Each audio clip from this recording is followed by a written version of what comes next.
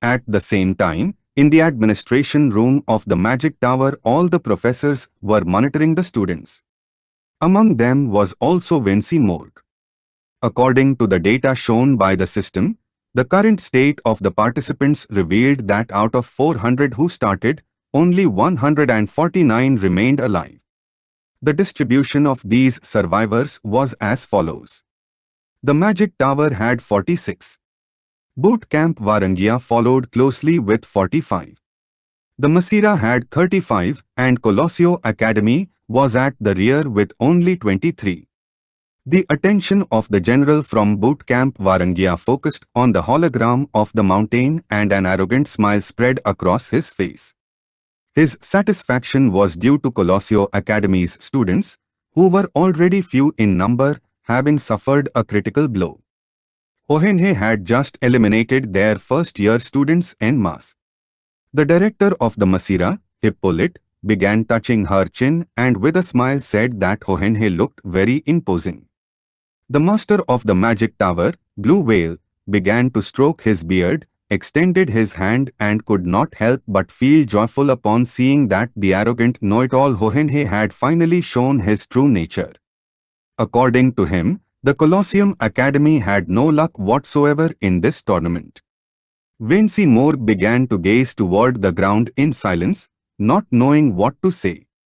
Blue Whale's attention fixed on him, and with a curious gaze, he asked what Vinci Morgue was thinking about so deeply. With a lost gaze, Vinci Morgue began to observe the hologram in silence, sunk in his thoughts. Then he extended his hand, and while his eyes were shining with concern, he expressed the doubt that was eating away at him, feeling the weight of his responsibility as host of the survival tournament. He questioned whether others really believed that this map was safe for holding the competition. With an arrogant expression, Blue Whale questioned what he meant by that.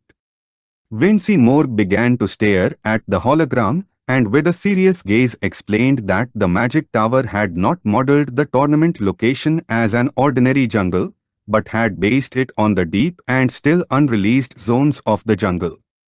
This meant that not only was the terrain more hostile, but also that the summoned magical beasts became progressively more dangerous, reaching levels that students could not handle. He recalled that, according to reports sent by the Morgue family years ago, in one of these unreleased zones a level S magical beast had appeared, according to estimates, an event which caused severe losses and damage. His eyes widened in fear as a terrible doubt struck him.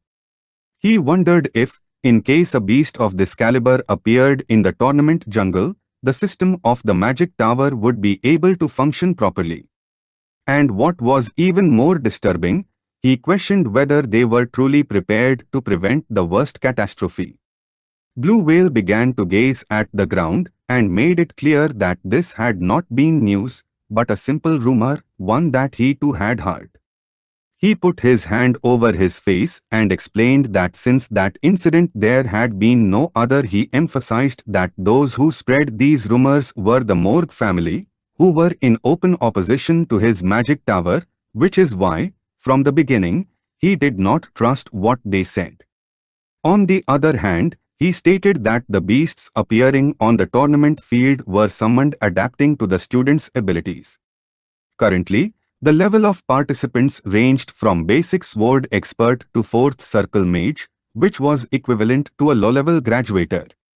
Blue Whale began imagining Wicker with eyes shining with evil, explaining that, nevertheless, there was a condition for this to happen.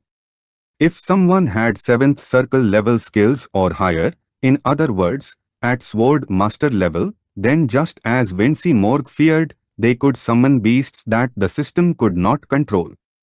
However, he insisted this was almost impossible, or more precisely, completely impossible. And in the unlikely event an accident occurred, the solution was simple: the competition would be suspended. At the same time, Tudor, Sancho, Piggy and Bianca appeared in the tournament waiting room. Tudor began to touch his head with an embarrassed expression, while on the other side, Piggy put his hands on his head and started going crazy. Blue Whale asked them not to worry, since also, if a student's HP shield reached 0, they would be automatically teleported to the tournament waiting room. Because of this, he didn't understand what problem there could be. With an arrogant expression, he began staring at Vinci Morgue and questioned whether he was protesting just because there were few students from Colosseum. With a furious expression, Vinci Morgue stood up and asked him to stop saying nonsense. Blue Whale turned his head to one side and made it clear that this was a place where the best mages of the empire gathered. And both the Morgue family, known only for its fame, and Colosseum Academy were completely different in essence. He interlaced his hands and with a smile mentioned that it was a waste of time to worry about fantasies that wouldn't even come to happen.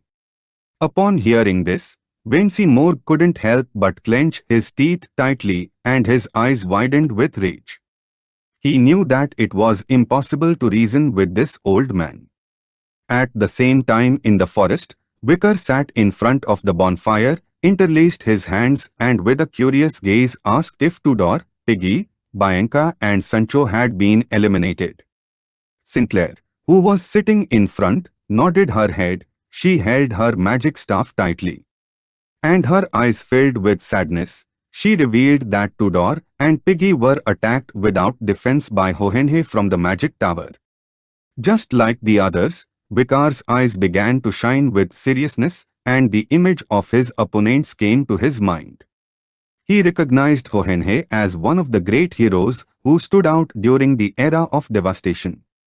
But he also knew that, even if they were heroes from the same era, there could still be differences in their abilities.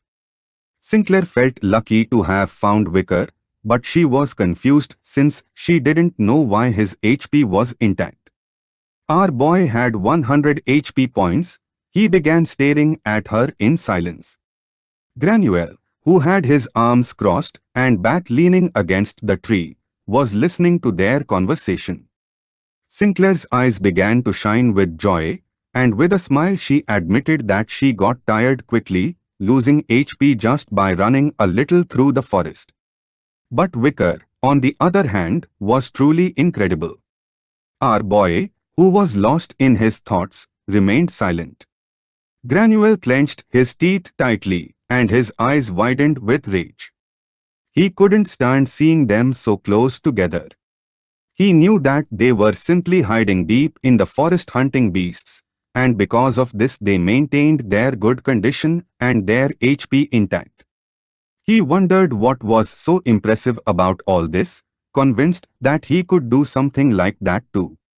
Wicker's eyes filled with seriousness. He turned around and grabbed several arrows.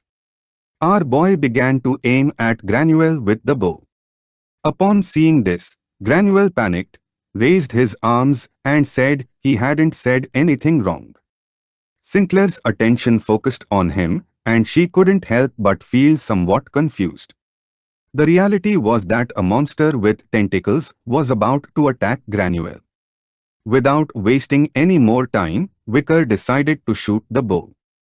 Granuel ducked down, closed his eyes, put his hands over his head and started screaming like a madman. The arrows shot out and hit the monster's tentacles. Someone who was holding a magic staff was somewhat surprised to see Wicker's instinct. Even though they had used silence magic to eliminate the sound of approaches, Wicker had still noticed. Sinclair and the others drew their weapons. Granuel stood up and began to run toward them. The student who had launched the attack belonged to the Women's University, the Messa. With an arrogant expression, she thought that the chicks from the Colosseum believed that by hiding in a place like this, she wouldn't find them. Next to her was a girl carrying a shield with 70 HP points and an archer with 81 points. She started touching her hair and with a confident gaze began to point at them with the magic staff and called them arrogant.